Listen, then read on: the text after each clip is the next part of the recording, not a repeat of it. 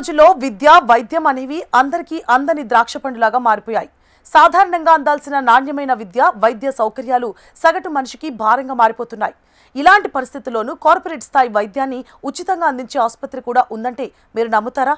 ఆసుపత్రిలో వైద్య చికిత్సలు వైద్య పరీక్షలు మాత్రమే కాదు, అవసరమైన సర్జరీలను కూడా పూర్తిగా ఉచితంగా చేస్తున్నారు. ఆంధ్రప్రదేశ్లోని కృష్ణా జిల్లా కూచిపూడిలో ఉంది ఈ ఆసుపత్రి. శాస్త్రీయ నృత్యానికి కేర్ ఆఫ్ అడ్రస్ అయిన కూచిపూడిలో పూర్తి ఉచితంగా సేవలు అందిస్తోంది రవిప్రకాష్ సిలికాన్ ఆంధ్ర సంజీవని ఆసుపత్రి. భారతీయ జనతా పార్టీ నేత సాధినేని యామిని శర్మ ఇటీవల ఈ ఆసుపత్రిని సందర్శించారు. ఈ నేపథ్యంలో ఆసుపత్రి విశేషాలు చెప్తూ ఆమె చేసిన ట్వీట్ ప్రస్తుతం వైరల్గా మారింది. భారతదేశ శాస్త్రీయ నృత్య రాజధాని కూచిపూడి మధ్యలో ఉన్న ఒక అసాధారణ ఆసుపత్రిని సందర్శించాను. ఆసుపత్రిని చూసి నేను నిజంగా ఆశ్చర్యపోయాను. అదో ప్రపంచ స్థాయి ఆసుపత్రి.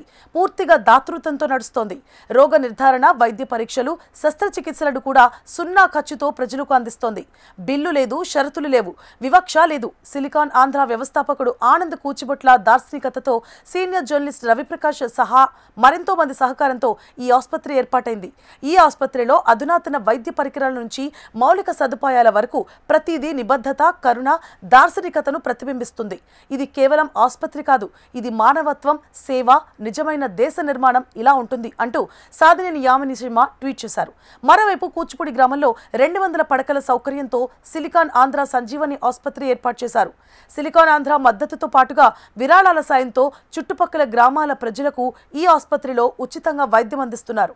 సీనియర్ జర్నలిస్ట్ రవిప్రకాష్ ఈ ఆసుపత్రి నిర్మాణం కోసం అప్పట్లో భారీగా ఆర్థిక సాయం అందించారు.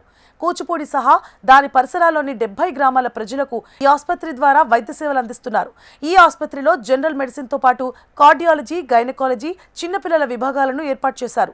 ఐసీయూలు, ఆపరేషన్ థియేటర్లు, డయాగ్నోస్టిక్ సెంటర్లు కూడా అందుబాటులో ఉన్నాయి. ఈ ఆసుపత్రి అందుబాటులోకి రావడంతో ఈ ప్రాంతవాసులు ఆధునిక వైద్యం కోసం విజయవాడకు వెళ్లాల్సిన అవసరం కూడా తప్పుతోంది.